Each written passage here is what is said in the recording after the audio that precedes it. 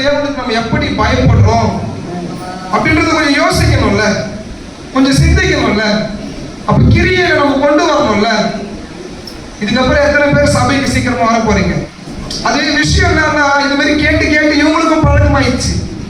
நம்ம கேட்டு கேட்டு லேட்டா வந்து நம்மளுக்கும் பழக்கமாயிடுச்சு. ஃபர்ஸ்ட் அந்த பழக்கத்தை மாற்றணும். ஆமாங்களா இல்லையா? ஒரு சின்ன விஷயம், சபைக்கு சரியான நேரத்துக்கு நான் வரணும், ஆராதனைக்கு முன்னாடி நான் வரணும் அப்படின்றது நம்ம விரும்புறோம். இப்ப நான் ஒரு அரை மணி நேரம் லேட்டா பேசி குத்தா ஒத்துப்பீங்களா? இல்ல 1 மணி வரைக்கும் நான் உங்க உட்கார வச்சு பேச போறேன், ஏத்துப்பீங்களா? அது மட்டும் முடியாது. ஆனா நாங்க லேட்டா தான் வருவோம். அது நாங்க மட்டும் எப்படி ஏத்துக்க முடியும்? நாங்க மீன்ஸ் நாங்க இல்ல, பரிசுத்த ஆவியானவர். ஹல்லேலூயா. ஆமாங்களா இல்லையா? தயவு செஞ்சு வருகிற ஞாயிற்றுக்கிழமை ஒரு தீர்மானம் தேடுங்க. யாரு வராங்க வரலன்னு பார்க்காதீங்க. இப்ப இவ்வளவு வச்சாலும் கொஞ்சம் திரும்பி பாருங்களேன், அப்படியே பக்கத்துல பின்னாடி எல்லாம் பாருங்களேன், கொஞ்சம் எல்லாரும் பாருங்களேன். பார்த்துட்டீங்களா? இவ்வளவு பேர் சரியான நேரத்துக்கு வந்து பாடல்கள் பாடும்போது எப்படி இருக்கும்? பாவம், அந்த 4 குழந்தைங்க தான் பாடுது. ஏன்னா உண்மையா கஷ்டமான விஷயம். இது சிரிக்கிறதுக்காக நான் சொல்ல, தயவு செஞ்சு ஏதோ சிரிச்சுக்கணும் போதெல்லாம் இங்க வேணாம். அந்த 4 குழந்தைங்க வந்து பாடி நிற்குது.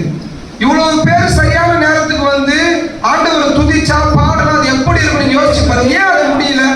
நான் இன்னைக்கு நேரத்தை ஆவியானவர் உங்ககிட்ட கேட்டுக்கிறாரு. எவ்வளவு காலம் இந்த ஒரு சின்ன விஷயத்துக்காக எவ்வளவு கத்துறாரு, எவ்வளவு போராடுறாரு, எவ்வளவு பேசுறாரு. ஏன் அது நம்ம மண்டியில ஏற மாட்டேது? சரி, அந்த வார்த்தையை நான் போடக்கூடாதுன்னு நினைச்சேன். மைண்டு அப்படின்னு சொல்ற பாரு, சரி வாடா விட்டு மண்டலே போட்டுடலாம். ஹல்லேலூயா. அதில் கொஞ்சம் யோசிங்களேன். எந்தெந்த காரியத்துக்கோ இயேசு கிறிஸ்துக்கு நன்மை பெற்றிருக்கீங்களா இல்லையா?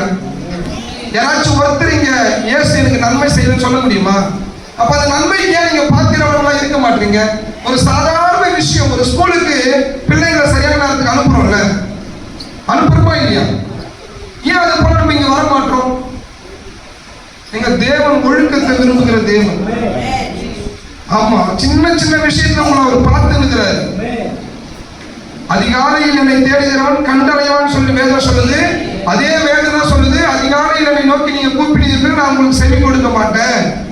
ஆண்டவருடைய காரியத்தை நம்ம அசட்டை பண்ணோம் அப்படின்னா நம்முடைய ஜபங்களே ஒரு சில நேரத்தை அசட்டை பண்ணுவார். ஹல்லேலூயா. அதனால கொஞ்சம் நம்ம மனம் திரும்ப ஒரு தீர்மானம் எடுங்க.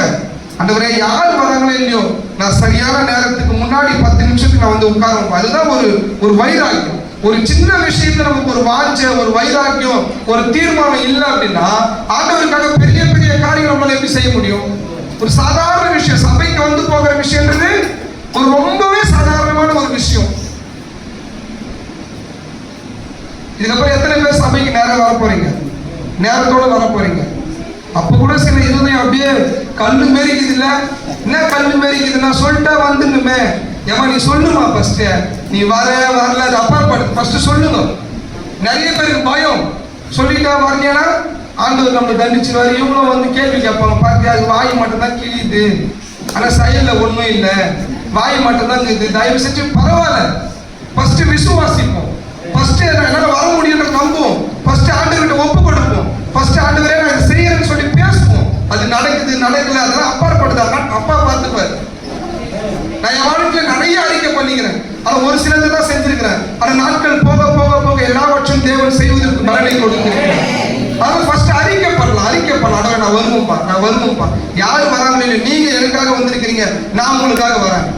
நிறைய பேருக்கு தெரியுது, யார் வந்தாலும் வராட்டி ஆவியானவர் வந்துருவாரு. தெரியுதா இல்லையா? அப்ப அவர் வந்து கம்முன்னு உட்கார்ந்துக்கிறதுக்கு வராது. அவர்கிட்ட பேசுறதுக்கு ஆசையா இல்லை, அவர் வந்துட்டாரே நம்ம போனன்ற ஒரு பயம் இல்லை.